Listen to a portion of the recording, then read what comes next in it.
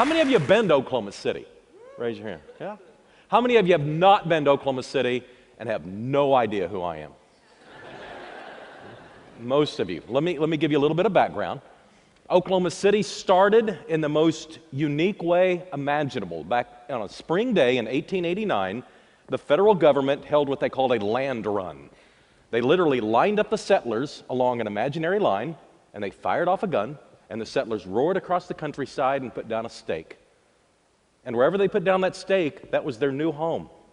And at the end of the very first day, the population of Oklahoma City had gone from 0 to 10,000. And our planning department is still paying for that. The citizens got together on that first day and elected a mayor. And then they shot him.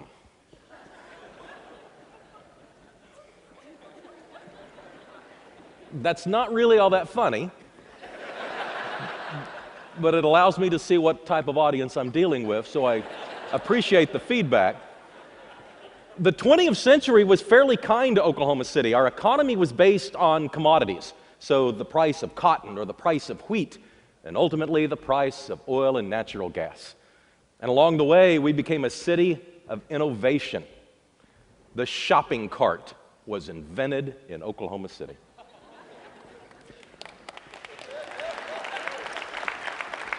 The parking meter invented in Oklahoma City. You're welcome.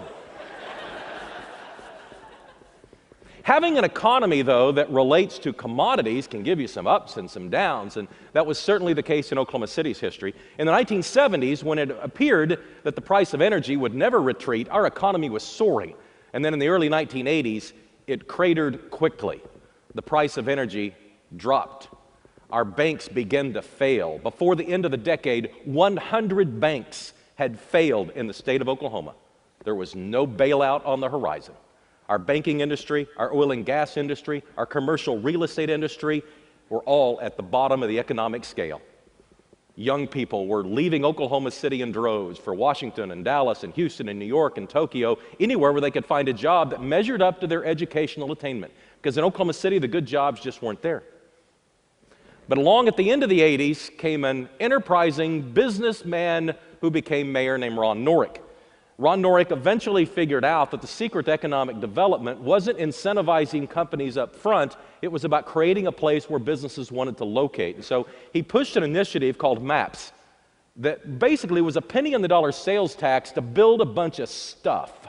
It built a new sports arena, a new canal downtown, it fixed up our performing arts center, a new baseball stadium downtown, a lot of things to improve the quality of life. And the economy, indeed, seemed to start showing some signs of life. The next mayor came along. He started Maps for Kids, rebuilt the entire inner city school system, all 75 buildings, either built anew or refurbished. And then, in 2004, in this rare collective lack of judgment, bordering on civil disobedience, the citizens elected me mayor. Now, the city I inherited was just on the verge of coming out of its slumbering economy. And for the very first time, we started showing up on the lists. Now, you know the list I'm talking about. The media and the internet love to rank cities. And in Oklahoma City, we'd never really been on lists before. So I thought it was kind of cool when they came out with these positive lists, and we were on there. We weren't anywhere close to the top, but we were on the list. We were somebody. Best city to get a job. Best city to start a business. Best downtown. Oklahoma City. And then came the list of the most obese cities in the country. And there we were. Now, I like to point out that we were on that list with a lot of really cool places. Dallas and Houston and New Orleans and Atlanta and Miami. You know, these are cities that typically you're not embarrassed to be associated with. But nonetheless, I didn't like being on the list. And about that time, I got on the scales. And I weighed 220 pounds. And then I went to this website sponsored by the federal government and I typed in my height, I typed in my weight, and I pushed enter, and it came back and said, obese. What a stupid website. I'm not obese. I would know if I was obese. And then I started getting honest with myself about what had become my lifelong struggle with obesity.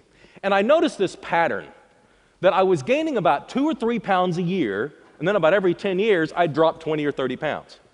And then I'd do it again. And I had this huge closet full of clothes, and I could only wear a third of it at any one time, and only I knew which part of the closet I could wear. But it all seemed fairly normal going through it. Well, I finally decided I needed to lose weight, and I knew I could because I'd done it so many times before, so I simply stopped eating as much. I'd always exercised. That really wasn't the part of the equation that I needed to work on. But I had been eating 3,000 calories a day, and I cut it to 2,000 calories a day, and the weight came off. I lost about 1 pound a week for about 40 weeks. Along the way, though, I started examining my city, its culture, its infrastructure, trying to figure out why our specific city seemed to have a problem with obesity. And I came to the conclusion that we had built an incredible quality of life if you happened to be a car. But if you happen to be a person, you are combating the car seemingly at every turn. Our city is very spread out. We have a great intersection of highways. I mean, literally no traffic congestion in Oklahoma City to speak of. And so people live far, far away. Our city limits are enormous, 620 square miles. But 15 miles is less than 15 minutes. You literally can get a speeding ticket during rush hour in Oklahoma City. And as a result, people tend to spread out. Land's cheap. We had also not required developers to build sidewalks in new developments for a long, long time. We had fixed that, but it had been relatively recently, and there were, literally 100,000 or more homes into our inventory in neighborhoods that had virtually no level of walkability. And I tried to examine how we might deal with obesity and was taking all of these elements into my mind. I decided that the first thing we needed to do was have a conversation. You see, in Oklahoma City, we weren't talking about obesity.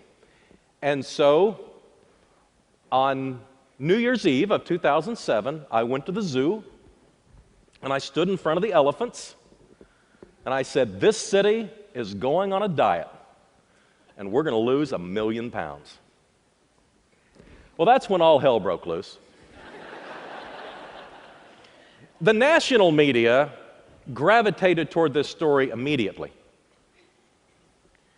And they really could have gone with it one of two ways. They could have said, this city is so fat that the mayor had to put them on a diet. But fortunately, the consensus was, look, this is a problem in a lot of places. This is a city that's wanting to do something about it.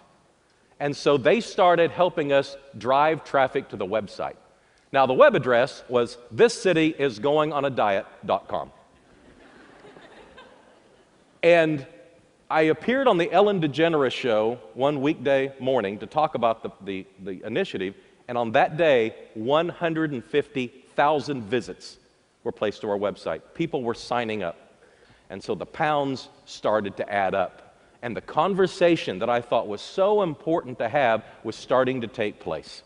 It was taking place inside the homes. Mothers and fathers talking about it with their kids. It was taking places in churches. Churches were starting their own running groups and their own support groups for people who were dealing with obesity. Suddenly, it was a topic worth discussing at schools and in the workplace. And the large companies, they typically have wonderful wellness programs, but the medium-sized companies that typically fall between the cracks on issues like this, they started to get engaged and used our program as a model for their own employees to try and have contests to see who might be able to deal with their obesity situation in a way that could be proactively beneficial to others. And then came the next stage of the equation. It was time to push what I called MAPS 3. Now, MAPS 3, like the other two programs, had an economic development motive behind it, but along with the traditional economic development task, like building a new convention center, we added some health-related infrastructure to the process. We added a new Central Park, 70 acres in size, to be right downtown in Oklahoma City.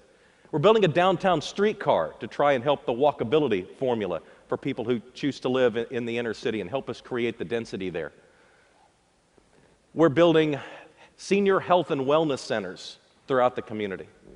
We put some investments on the river that had originally been invested upon in the original maps, and now we are currently in the final stages of developing the finest venue in the world for the sports of canoe, kayak, and rowing. We hosted the Olympic trials last spring. We have Olympic caliber events coming to Oklahoma City and athletes from all over the world moving in, along with inner city programs to get kids more engaged in these types of recreational activities that are a little bit non-traditional. We also, with another initiative that was passed, are building hundreds of miles of new sidewalks throughout the metro area. We're even going back into some inner city situations where we had built neighborhoods and we had built schools, but we had not connected the two. We had built libraries and we'd built neighborhoods, but we'd never really connected the two with any sort of walkability. Through yet another funding source, we're redesigning all of our inner city streets to be more pedestrian friendly. Our streets were really wide, and you'd push the button to allow you to walk across, and you had to run in order to get there in time. But now we've narrowed the streets, highly landscaped them, making them more pedestrian friendly, really a redesign, rethinking the way we build our infrastructure, designing a city around people and not cars. We're completing our bicycle trail master plan. We'll have over 100 miles when we're through building it out. And so you see this culture starting to shift in Oklahoma City. And lo and behold, the demographic changes that are coming with it are very inspiring. Highly educated 20-somethings are moving to Oklahoma City from all over the region and indeed even from further away in California. When we reached 1 million pounds in January of 2012, I flew to New York with some of our participants who had lost over 100 pounds, whose lives had been changed. And we appeared on the Rachel Ray Show.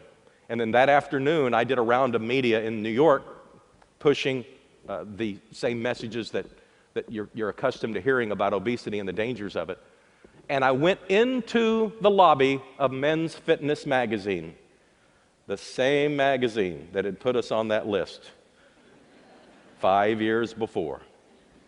And as I'm sitting in the lobby waiting to talk to the reporter, I noticed there's a magazine copy of the current issue right there on the table. And I pick it up and I look at the headline across the top and it says, "America's Fattest Cities. Do you live in one?" Well, I knew I did. So I picked up the magazine and I began to look, and we weren't on it.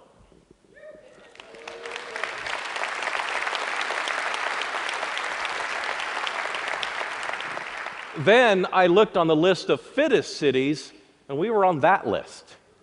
We were on the list of the 22nd fittest cities in the United States. Our state health statistics are doing better.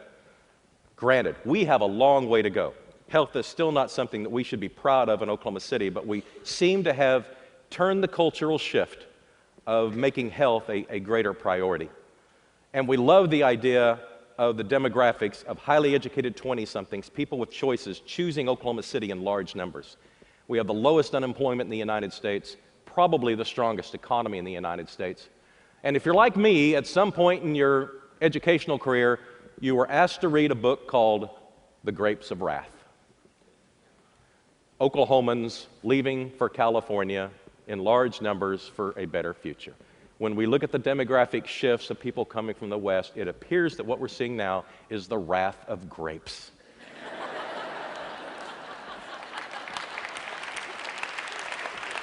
The grandchildren are coming home.